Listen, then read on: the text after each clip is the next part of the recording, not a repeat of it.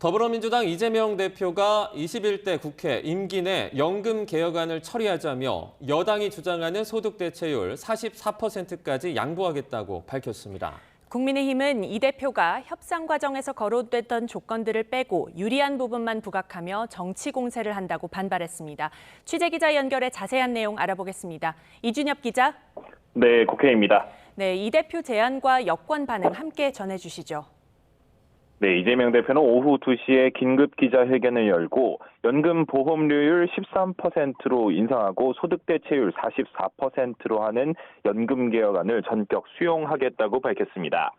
그동안 여야는 연금 보험료율에는 합의했지만 소득 대체율은 여당이 44%, 야당은 45%를 고집하며 논의가 공전해 왔는데요.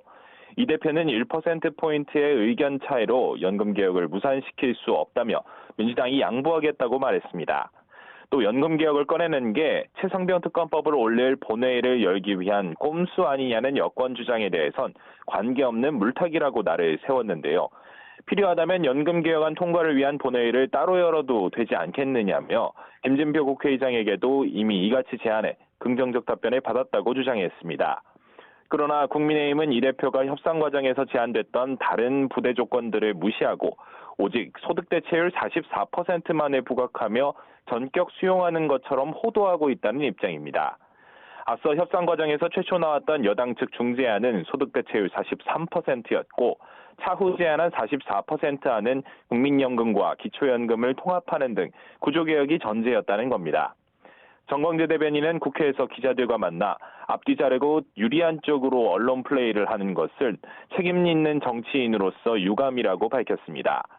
또 20개월 넘는 기간 동안 타협하지 못한 것을 나흘 남은 21대 임기 내 타협점을 찾아보자는 것은 무리한 정치 공세라며 22대에서 여야 합의점을 찾아야 한다고 주장했습니다. 연금 개혁안 통과를 위한 별도 본회의 개최에 대해서도 최상병 특검법을 민주당이 추진하는 상황에서 받아들이기 쉽지 않다는 생각이라고 덧붙였습니다. 대통령실은 이 대표 기자회견 뒤 YTN에 국회의 합의를 통해 사회적 대타협으로 나아갈 수 있다면서 여야의 완전한 합의가 우선이라는 기존 입장을 유지했습니다. 네, 최상병 특검법 재표결이 예상되는데 야당은 대규모 장외 여론전에 나선다고요. 네, 민주당을 포함한 7개 야당은 오늘 오후 3시부터 서울역 앞에서 시민사회와 함께 최상병 특검법 통과를 촉구하는 대규모 장외 집회를 열고 있습니다. 민주당은 오는 28일 국회 본회의에서 윤석열 대통령이 거부권을 행사한 최상병 특검법을 재표결에 붙인다는 계획인데요.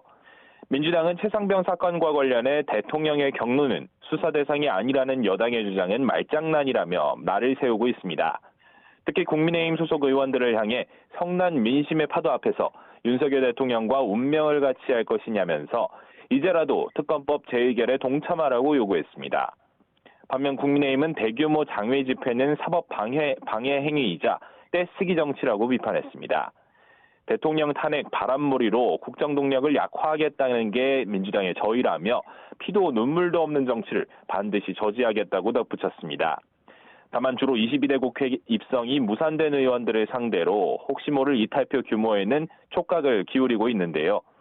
당 원내 관계자는 YTN에 소속 의원 대부분에게 이미 반대 표결을 독려하는 전화를 돌렸다며 필요하면 두세 차례라도 거듭 표단속에 나설 것이라고 밝혔습니다. 지금까지 안철수, 유의동, 김웅 의원 등이 찬성 의견을 밝힌 데 이어 오늘 최재형 의원도 특검을 받아야 한다고 주장했습니다. 최 의원은 SNS에 올린 글에서 우선 특검법이 야당의 정치 공세이고 독소 조항이 있다는 것에는 원칙적으로 동의한다고 말했습니다. 하지만 특검법을 당당하게 받아 민생이법이나 원구성의 협치를 요구하면 전국 주도권을 가져올 수 있을 거라며 사실상 찬성 입장을 밝혔습니다. 여당 이탈표가 두 자릿수 안팎으로 나올 경우 이제 막 출범한 원내 지도부 리더십에 타격이 불가피할 거란 관측도 나오는데요. 여야 원내 지도부는 21대 임기 내 쟁점 법안과 원구성 문제 등을 놓고 오늘도 만나 협상을 이어갈 전망이지만 양측이 입장차를 줄일 가능성은 크지 않은 것으로 전해졌습니다. 지금까지 국회에서 전해드립니다.